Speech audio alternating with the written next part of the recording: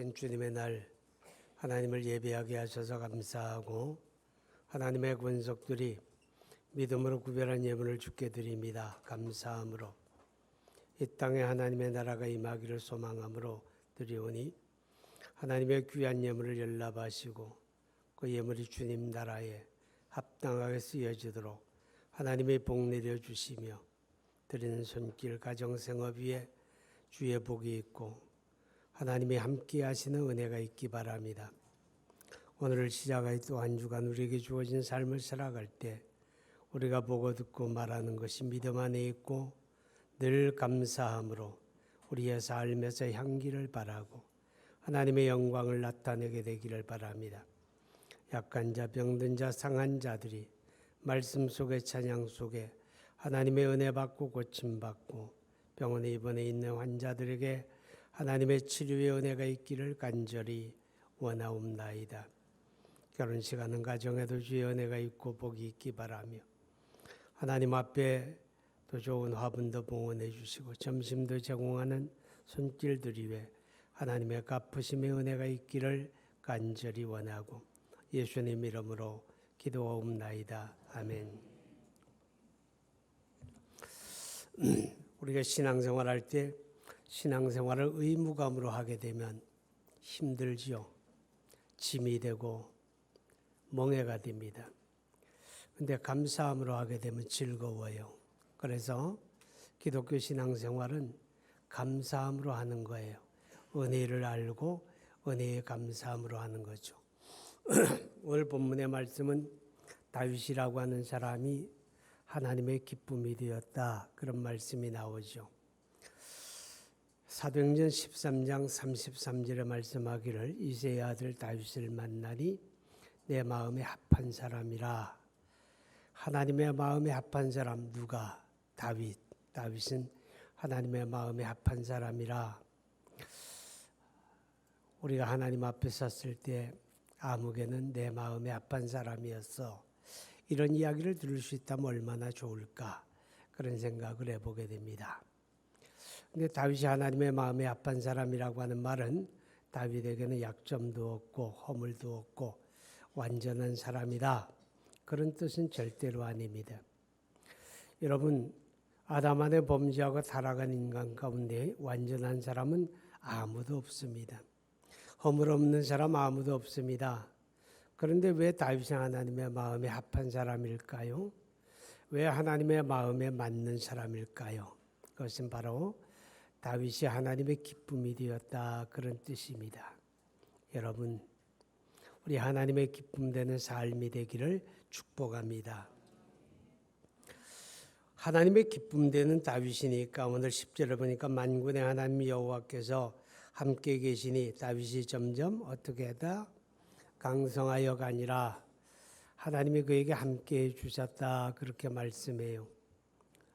우리가 같은 길을 걸어도 마음이 맞는 사람끼리 함께 가고 여행을 해도 마음이 맞는 사람끼리 함께하면 그 여행이 즐겁잖아요. 그죠?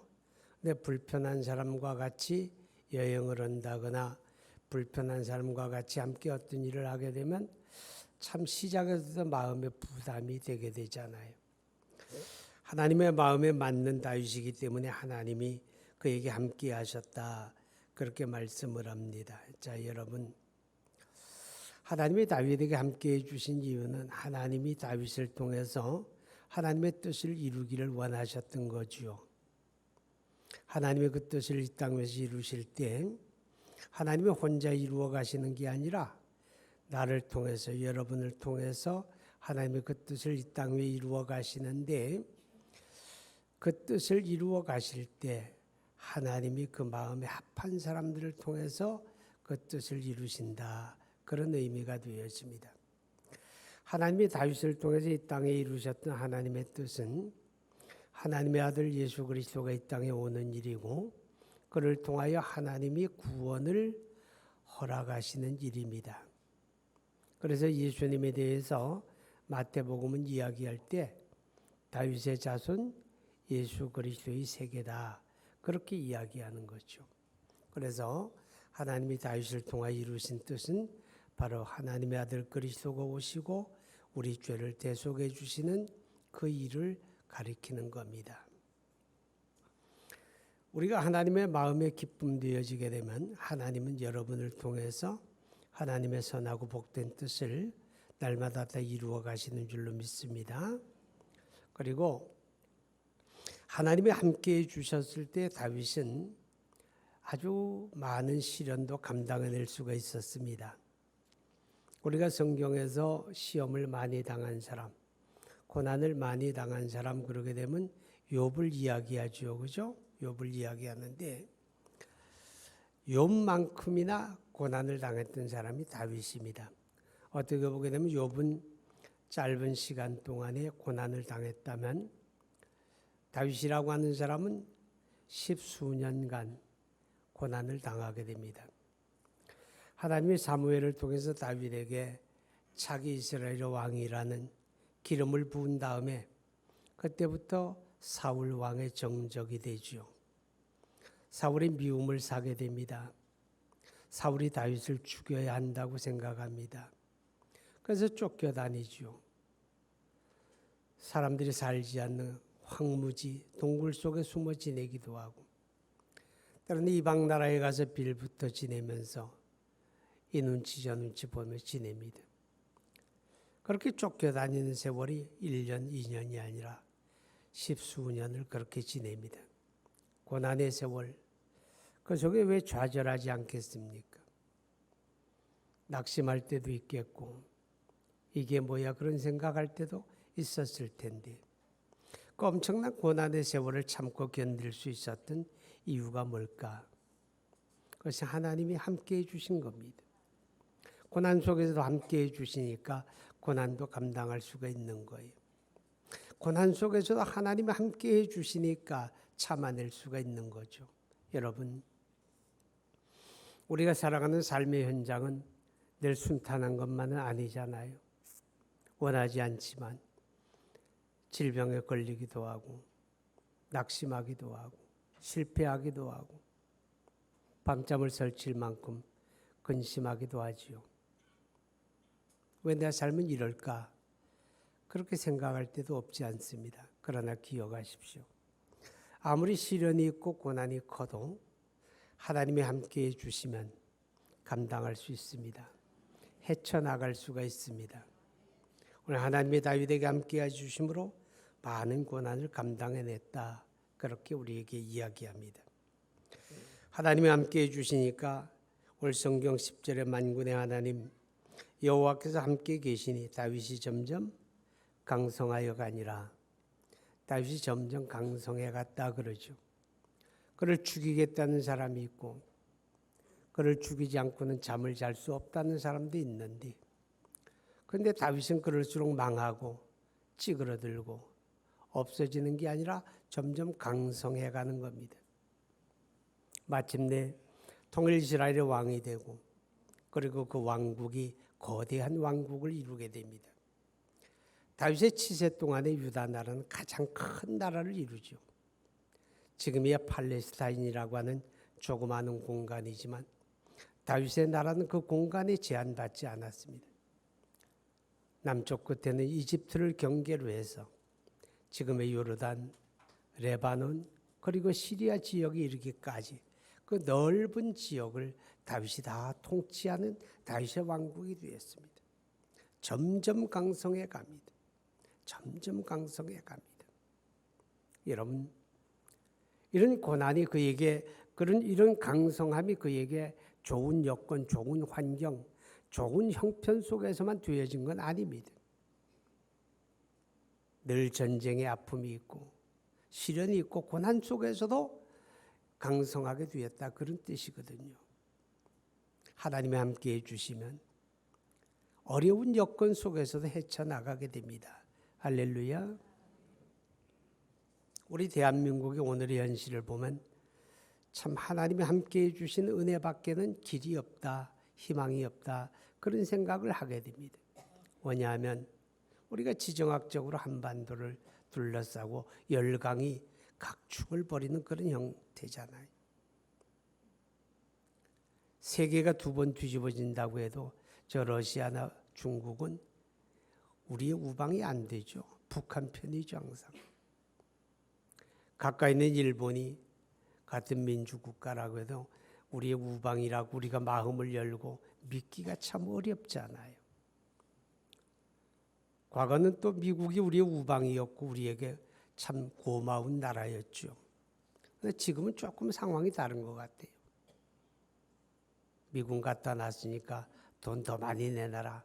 내가 너희를 보호해 주니까 돈 많이 내놔라. 막 겁박하잖아요. 요즘 가끔 보면 그래. 트럼프라고 하는 사람이 조폭 같아. 보호비 내놔라. 내가 너희 보호하니까 보호비 많이 내. 딱 그런 형국이죠. 여러분, 하나님이 함께해 주신 은혜밖에 없어요. 하나님이 함께해 주시면 이런 여러 가지 열악한 상황 속에서도 오늘의 대한민국이 있는 것처럼 앞으로도 대한민국은 하나님의 은혜 가운데 성장하고 강성할 줄 믿습니다. 내가 가진 것이 작아서 다른 사람과 비교해 볼 때 내가 삶의 환경이 안 좋아서 뒷배가 없어서 그래서 내가 이 모양으로 산다고 그렇게 한탄하는 분 혹시 있지 않습니까? 여러분, 내가 모자라면 어떻습니까? 내가 가진 게 없으면 어떻습니까?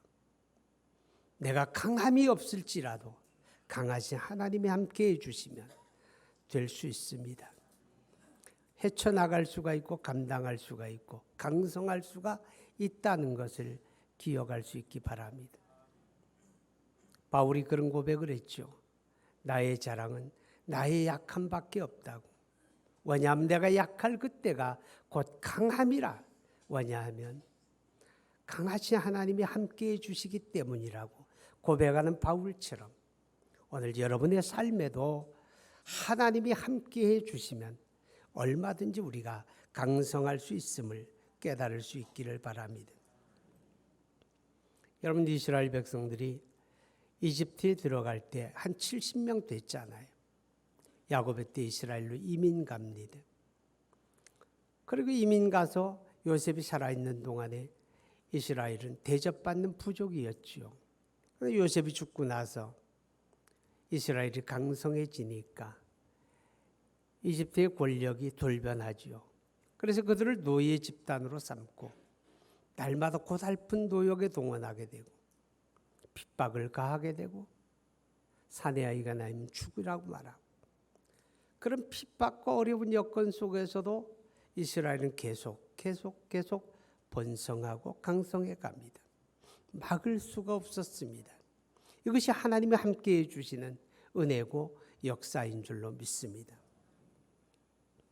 하나님이 다윗에게 함께해 주신 이유가 무엇일까요? 기쁨이 되니까. 그죠? 기쁨이 되니까. 오늘 여러분이 하나님의 기쁨 되면 그런 거예요. 하나님의 기쁨 되어지는 이유, 다윗에게 여러 가지가 있겠죠. 그 중에 하나는 은혜를 아는 사람이라는 겁니다. 자, 12절에 보니까 다윗이 여호와께서 자기를 세우사 이스라엘 왕으로 삼으신 것과 그의 백성 이스라엘을 위하여 그 나라를 높이신 것을 알았더라. 여러분이 은혜를 알았더라. 할렐루야. 우리 찬양대가 은혜를 알았더라. 우리 체루빔이 은혜를 알았더라. 다윗은 은혜를 알았더라. 그렇게 이야기하는 겁니다. 내가 어떻게 통일 이스라엘의 왕이 될 수가 있었을까? 가문을 잘 타고 나서 그것도 아닌데, 인물이 남다르게 탁월해서 그것도 아닌데 왜 내가 이 나라의 왕이 되었을까? 하나님이 하신 일이었구나. 하나님이 하신 일이었구나. 그걸 알았다고 말이죠. 이 나라가 이렇게 부강하게 되어지는 이유가 뭘까? 다윗이 잘나서, 다윗이 정치를 잘해서 아니고 하나님의 은혜로구나. 하나님이 하시는 일이구나. 그것을 알았더라. 할렐루야. 오늘 다윗은 그런 사람이에요. 은혜를 아는 사람은 은혜를 감사하게 되잖아요. 그렇죠? 은혜를 감당하게 되잖아요. 다윗은 은혜를 감당하는 사람이에요. 은혜를 감당하는 내용 가운데 하나가 뭔가 하면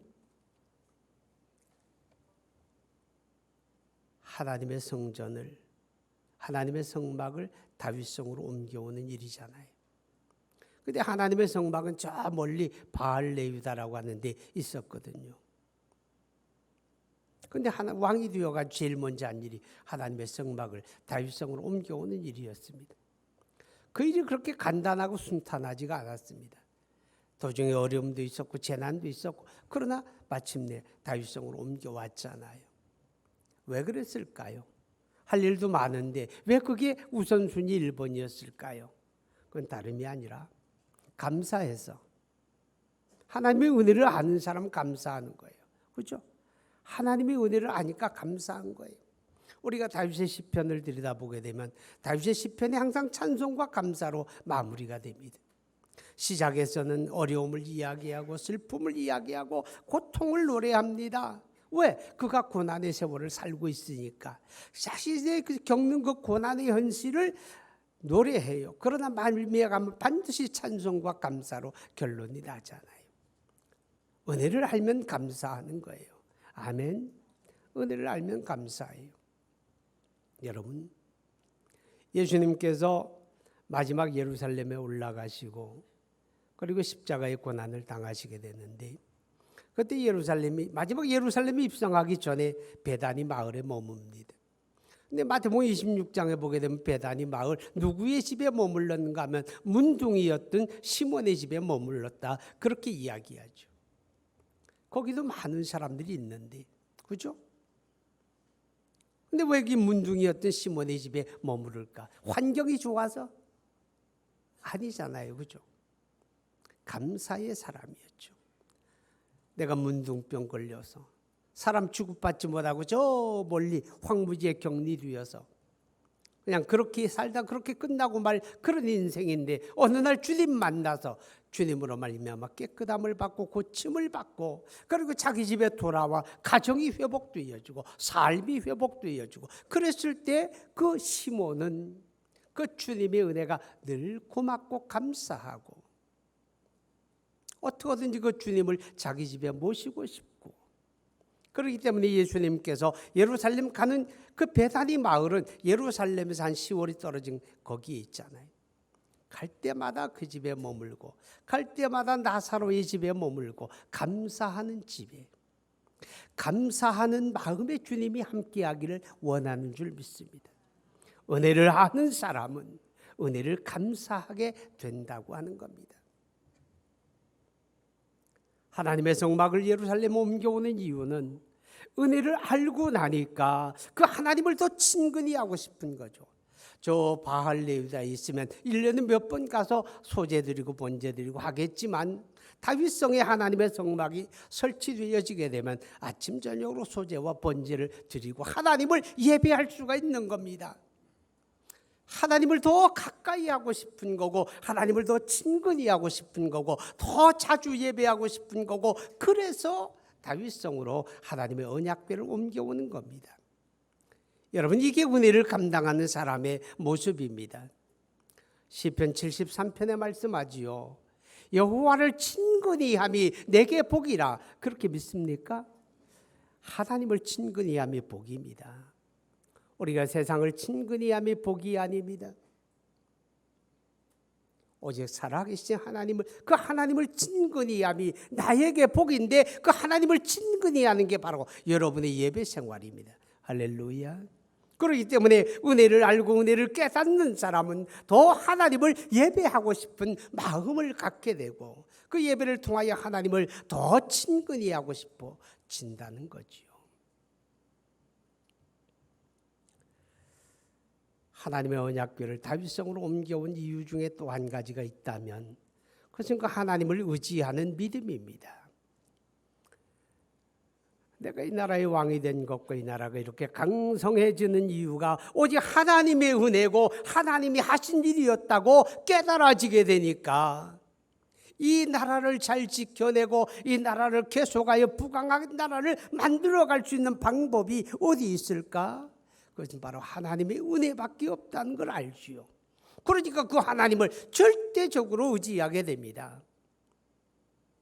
그래서 하나님의 언약궤를 다윗성으로 옮겨오고 그 하나님을 예배함으로 하나님을 찾고 하나님 의지하는 거예요. 우리가 시편에 보게 되면 다윗의 고백 가운데 항상 이런 고백이 나옵니다. 여호와는 나의 산성이요, 여호와는 내가 숨을 바위시요, 여호와는 나의 능력이요, 여호와는 나의 힘이요, 이런 고백이 나오지요. 그 고백이 다 뭘 의미합니까? 다윗이 그렇게 하나님을 의지하고 있음을 의미하는 겁니다. 은혜를 아는 사람, 은혜를 감당하는 방법이 그 은혜에 감사하고 그 은혜가 좋아서 하나님 예배하고 그래서 하나님을 의지하는 거, 이게 바로 은혜를 감당하는 거예요. 다윗의 은혜를 알고 은혜를 감당하는 사람, 하나님의 마음에 맞고 기쁨이 되는 사람이었죠. 오늘 우리는 어떻습니까? 은혜 아닌 게 있습니까? 다 은혜죠. 무엇보다도 우리가 예수 믿게 된 거, 믿음으로 구원받은 거 하나님의 은혜인 줄 믿습니다. 우리가 마땅히 믿을 사람이 믿은 것 아닙니다. 허물과 죄로 죽었던 사람, 영적으로 아무 반응이 없는 사람, 감각이 없는 우리였는데 우리가 어떻게 이 복음의 믿음으로 반응하고 어떻게 예수 믿고 구원의 은혜를 누렸을까? 성경은 은혜라고 말하죠. 너희가 그 은혜를 인하여 믿음으로 말미암아 구원을 받았으니 이것이 너희에게서 난 것이 아니요 하나님의 선물, 하나님의 은혜라고 하는 겁니다. 그것뿐만 아니라 우리가 연약하잖아요. 우리의 의지라고 하는 건 다 차이가 있겠지만은 여러 가지 시험도 있고 어려움도 있고 낙심할 일도 많이 있었음에도 불구하고 오늘 여기까지 여러분이 제가 믿음을 지켜올 수 있었던 것은 하나님의 은혜였습니다. 그때마다 하나님이 붙들어 주시고 감당하게 하시고 지켜주시기 때문에 연약함에도 그 믿음 주저앉지 아니하고 좌절하지 아니하고 여기까지 믿음 지켜왔으니 하나님의 은혜였습니다. 우리가 하나님의 복된 일에 쓰임받는 것도 은혜입니다. 여러분이 남다르게 많은 재주와 능력과 기술이 있어서 쓰임받는 거 아닙니다. 하나님의 거룩한 교회라고 하는 공동체 안에서 다양하게 쓰임을 받고 있잖아요. 다양하게 쓰임을 받고 있어요. 차량을 안내하시는 분들 볼 때마다 감사해요. 주방에 밥을 먹을 때마다 감사해요. 왜? 그들이 다 쓰임 받고 있는 겁니다. 할렐루야. 이것은 복된 일에 쓰임 받는 거고 이것은 영원한 영광으로 화하여지는 겁니다. 우리가 이렇게 쓰임 받는 게 은혜입니다. 우리의 가정에서, 우리의 직장에서, 우리 삶의 현장에서 예수의 사람으로 하나님의 영광을 드러내는 일에 우리가 쓰임 받는 거 다 하나님의 은혜입니다. 잘난 사람, 똑똑한 사람 얼마든지 많이 있지만 하나님은 그들이 아니라 연약하지만 여러분과 저를 하나님의 복된 일에 쓰시니 이 은혜라고 우리가 고백하게 됩니다. 여러분 기억하십시오. 하나님의 기쁨 되는 사람이 누굽니까? 은혜를 알고 은혜를 감사함으로 감당하며 예배로 감당하며 의지함으로 감당하는 그들이 바로 하나님의 기쁨이 되고 하나님이 그들에게 함께합니다. 맞이한 11월 한 달 여러분 하나님이 함께해 주시는 그런 은혜가 있기를 바랍니다. 그리고 11월에 숙제를 하나 드리려고 합니다. 경기를 안 하네. 숙제. 11월 동안은 감사일기를 좀 써보세요. 하루를 지내오면서 무엇이 감사한가? 감사일기를 기록해 보시기 바랍니다. 반드시 숙제 검사할 겁니다. 기도합니다. 거룩하신 하나님 감사합니다. 복된 주일 11월 첫날에 첫 주일에 하나님을 예배하며 하나님의 기쁨 되는 다윗을 우리가 상고하게 하셔서 감사하고 거룩한 말씀으로 우리를 깨닫게 하시고 이끌어 주심을 감사드립니다. 우리가 성찬을 받으면서 하나님의 은혜를 마음에 깊이 되새김하며 새로운 다짐을 가지며 결단하며 회복하는 은혜가 있게 하여 주옵소서. 예수님 이름으로 기도하옵나이다. 아멘. 찬송가